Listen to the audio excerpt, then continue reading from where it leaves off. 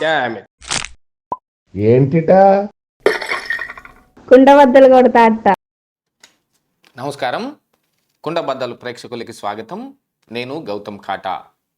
ఈ వీడియోలో నేను మీతో చెప్పాలనుకునే అంశం, జగన్మోహన్ రెడ్డి ఎమ్మెల్యేలందరినీ మార్చటం వెనుకున్న అసలు కారణం ఏమిటి? ఎందుకు వీళ్ళందరినీ ఇప్పుడు ఎంత అర్జెంటుగా మార్చేస్తూ ఉన్నాడు? వీళ్ళందరినీ మార్చేయగానే ఒక 42 మందికి నిజంగా నో టికెట్, ఒక 50 మంది దరిదాపుగా టికెట్ వీళ్ళెవరికీ లేదు. దాంతోపాటుగా ఒక 30 నియోజకవర్గాల్లో అక్కడికి ఇక్కడికి షఫ్లింగ్ జరుగుతూ ఉంది. వీళ్ళందరినీ మార్చేసినంత మాత్రాన జగన్మోహన్ రెడ్డి గెలిచేస్తాడా అనే క్వశ్చన్ రైజ్ అవుతున్నా, మార్చకుండా అదే ఎమ్మెల్యేలకి తిరిగి టికెట్ ఇస్తే మరి అప్పుడైనా గెలుస్తాడా? ఈ అంశాన్ని జగన్మోహన్ రెడ్డి ఎక్కువగా పరిశీలించినట్టుగా మనకి కొంత సమాచారం బయటకు అందుతూ ఉంది. ఇప్పుడు అదే ఎమ్మెల్యేలని, పాత సరుకుని, అదే సరుకుని నిన్న చూపించిన ఇవే మామిడికాయలని మళ్ళీ ఈరోజు ఎవరన్నా అదే మన బజారులో మన ఇంటి ముందుకు తీసుకుని వచ్చారనుకోండి, నిన్న మనం ఐడెంటిఫై చేసిన దీనికి ఇదిగో దీనికి డాగు పడింది, దీనికి ఇదిగో నల్ల మచ్చ ఉంది, ఇలాంటి వాటన్నిటిని మళ్ళీ అదే సరుకుని మన ముందుకు తీసుకొస్తే మనం ఇంట్లోంచి కూడా బయటకు రాం. చాలే రేపు కొత్త సరుకు వచ్చినప్పుడు కొంటాంలే, పోయిరాపో అంటారు. అలాగని ఇప్పుడు అతను అమ్ముకోవటం మానేయలేడు కదా. అదేవిధంగా ఇప్పుడు జగన్మోహన్ రెడ్డి ఎన్నికలు మానేసే పరిస్థితి లేదు కదా. ఆయన ఖచ్చితంగా పోటీ చేసి తీరాల్సిందే. మళ్ళీ ఆయనకున్న సర్వశక్తులు వడ్డాల్సిందే. అధికారాన్ని నిలబెట్టుకోవడానికి కావాల్సినవన్నీ చేసి తీరాల్సిందే. ఇక ఎక్స్ట్రా ఏం చేయగలడో అవన్నీ జగన్మోహన్ రెడ్డి మదిలో కూడా ఉంటాయి. వాటన్నిటినీ పెట్టుకొని ఈ ఎమ్మెల్యేల మార్పు అనే ఒక కొత్త అంశాన్ని ప్రజల ముందుకు తీసుకురావడం కోసం ఇదంతా చేసినట్టుగా కనిపిస్తూ ఉంది. పోనీ ఇదంతా చేయగానే అందరూ మారిపోయి ప్రజలందరూ ఓట్లేస్తారా అని అంటే, గడప గడపకి మన ప్రభుత్వం పేరుతోటి ఈ ఎమ్మెల్యేలందరినీ ఇంటికి పంపించాడు. ఆ రోజు ఏం జరిగిందో అందరికీ తెలుసు.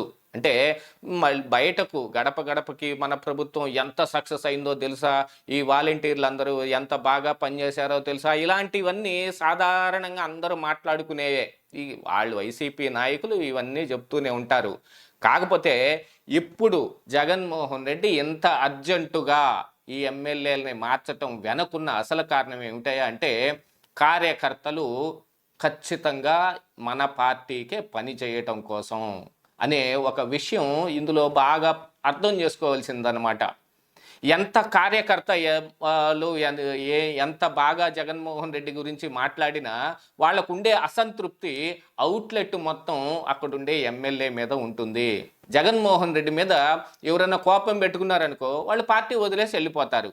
కాదు అని అనుకుంటే యజమాని మీద ఉండే కోపాన్ని ఆ కింద ఉండే మేనేజర్ మీదనో లేకపోతే కాంట్రాక్టర్ మీదనో ఇలా చూపిస్తారు. మనకి చాలా సందర్భాల్లో ఇది మనందరికీ బాగా తెలిసిందే. యజమాని డబ్బులు ఇవ్వడు, జీతాలు రాకపోతే మనందరం వెళ్ళి యజమానిని అడుగుదామంటే మధ్యలో మేనేజర్ అడ్డం పడి ఆపేస్తూ ఉంటాడు. మేనేజర్ నేను మాట్లాడతాను అని చెబుతూ ఉంటాడు. అలాంటి మేనేజర్ లాంటి ఎమ్మెల్యేల మీద ఎక్కువగా కోపం ప్రదర్శించే అవకాశం ఉంటుంది. ఈ కార్మికులందరూ యజమాని మీద ఉన్న కోపాన్ని మేనేజర్ మీద చూపించినట్టుగా ఇప్పుడు కార్యకర్తలందరూ జగన్మోహన్ రెడ్డి మీద ఉన్న కోపాన్ని మొత్తం టర్న్ ఆఫ్ చేసి ఈ ఎమ్మెల్యేల మీదకి తీసుకొస్తారు. ఇదిగో మీ ఎమ్మెల్యేని నేను మార్చేశాను, మీరు రెట్టించిన ఉత్సాహంతో గనక పనిచేసి ఇప్పుడు కొత్తగా వచ్చిన వీళ్ళని మీరు గెలిపించారు అని అంటే మీకు రానున్న కాలంలో మరి మీరు కోరుకునేది మొత్తం జరుగుతుంది. మేము ఎవరినైనా మార్చగలను, నేను ఏమైనా చెయ్యగలను అని కార్యకర్తల్లో ఆత్మవిశ్వాసం నింపటానికి ఇది ఒక పని చేసినట్టయితే ప్రజల్లో కూడా జగన్మోహన్ రెడ్డి మీద ఎంత వ్యతిరేకత ఉందో దరిదాపుగా ఆ వ్యతిరేకత మొత్తం వాళ్ళ ఎమ్మెల్యే మీదే ఎక్కువగా చూపిస్తారు. జగన్ ఆ పని చేయలేదు, జగన్ ఈ పని చేయలేదు అని ఎంత అనుకున్నా కానీ మరి మన ఎమ్మెల్యే మాత్రం ఏం చేశాడు అనేది రాదా? అలాంటిది ఇప్పుడు కొత్తగా మనం ఒక బరిలోకి దిగబోతున్న సమయంలో పాత ఆటగాళ్ళనే పెట్టుకుని తీసుకొని వచ్చి వాళ్ళతోటే ఆడబోతూ ఉంటే కనుక వీళ్ళు గ్యారెంటీగా ఓడిపోతారు అనే ఒక బాటం లైన్ వచ్చేస్తుంది. ఆ బాటమ్ లైన్ని డిలీట్ చేయటం కోసం ఇదిగో జగన్మోహన్ రెడ్డి కొత్త అభ్యర్థిని ఇక్కడ దింపబోతూ ఉన్నాడు. ఆ అభ్యర్థి దగ్గర ఇదిగో ఈ అస్త్రం ఉంది. దానికే ఇప్పుడు ప్రచారం కూడా మొదలు పెట్టేశారు వైసీపీ సోషల్ మీడియా నిండా. జగన్మోహన్ రెడ్డి కొత్తగా బీసీలందరికీ వాళ్ళని అందరినీ ప్రసన్నం చేసుకునేటట్టుగా బీసీ అభ్యర్థుల్ని ఎంపిక చేస్తూ ఉన్నట్టుగాను, లేకపోతే ఆల్రెడీ బీసీ అభ్యర్థులు ఉన్న దగ్గర మీకు పనికిరాని ఎమ్మెల్యేలను తీసి మేము కొత్త ఇదిగో వీళ్ళని పెట్టాము, వీళ్ళు మీకు బాగా దగ్గరగా చేరువవుతారు. ఇంతకుముందు ఈ ఎమ్మెల్యేలు తమ సొంత క్వార్టరీని తయారు చేసుకుని వాళ్ళని తప్ప మీ దగ్గరికి ఎవరు రాలేదు కదా, ఇప్పుడు ఈ కొత్త అభ్యర్థి దగ్గరికి మీరందరూ వెళ్ళొచ్చు అనే దాంట్లో కానీ, ఆల్రెడీ ఎమ్మెల్యేగా ఉన్నవారి దగ్గర వాళ్ళ కింద ఈ పెత్తనం చలాయించే ఈ సోకాల్డ్ ఈ కార్యకర్తలందరినీ నడిపే నాయకులు ఎవరైతే ఉంటారో వాళ్ళందరూ కూడా సైడ్కి వెళ్ళిపోయి ఇప్పుడు కొత్త అభ్యర్థి కొత్త నాయకత్వం వస్తుంది, వాళ్ళు రెట్టించిన ఉత్సాహంతో పని చేస్తారు. ఇదంతా ఒక స్ట్రాటజీ అనమాట. ఈ స్ట్రాటజీకి అనుగుణంగా ఇప్పుడు ఈ ఎమ్మెల్యేలందరినీ మార్చబోతూ ఉన్నాడు అనేది కొంతమంది రాజకీయ విశ్లేషకులు విశ్లేషిస్తూ ఉన్నారు. అట్ ది ఫైనల్ ఏం జరిగినప్పటికీ కూడా జగన్మోహన్ రెడ్డి ఎన్నికలకైతే వెళ్ళి తీరాల్సిందే.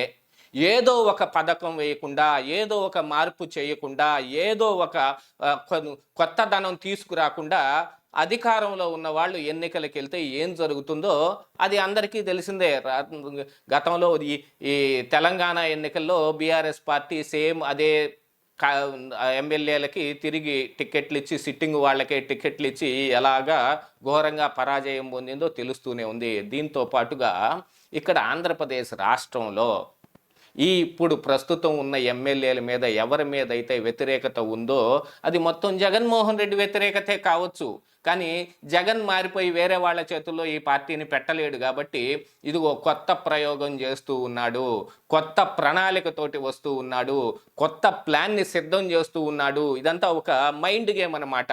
ఈ మైండ్ గేమ్ కోసం ఇప్పుడు ఈ ఎమ్మెల్యేలు మొత్తాన్ని బలి చేయబోతూ ఉన్నాడు. అది మాత్రం ప్రస్ఫుటంగా అందరికీ అర్థమైపోతుంది. మరి ఈ బయటకు పంపించేసిన ఎమ్మెల్యేలందరూ వీళ్ళు జగన్మోహన్ రెడ్డికి నష్టం చేయరా? మరి ఆ అవకాశాన్ని జగన్మోహన్ రెడ్డి ఎందుకు తెలిసి మరి చేజార్చుకుంటాడు అని అంటే, ఆ ఎమ్మెల్యేలందరూ ఏం చేస్తారు అనే దాని మీద ఒక క్లారిటీ ఏముంటుంది? వాళ్ళు వెళ్తే వేరే పార్టీలోకి వెళ్ళాలి, విపక్షంలో ఉన్న టీడీపీకి వెళ్ళాలి. ఆడ వీళ్ళందరూ రాగానే రానిచ్చే అవకాశాలు ఉంటాయా?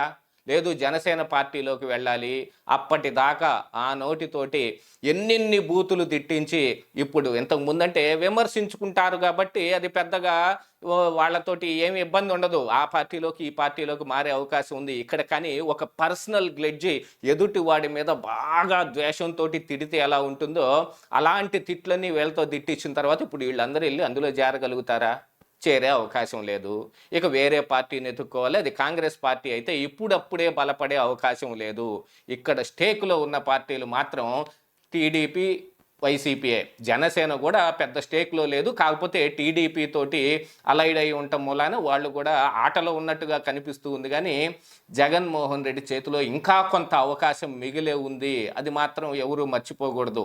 ఆ అవకాశాలన్నింటినీ ఇంప్రూవ్ చేసుకోవటానికి ఈ మార్పులన్నీ చేసి ఇప్పుడు కొంతమందిని బయటకు పంపించేసి కొన్ని కొత్త ముఖాలను తీసుకొచ్చి మన ముందు నుంచోబెడతాడు. అదే కొత్త సీసాలో పాత సారా పోసినట్టుగా జగన్ ఒక ప్రయోగం చేస్తున్నాడు. అది ఎంతవరకు ఫలించిందో చూడాల్సిన అవసరం అయితే ఉంది.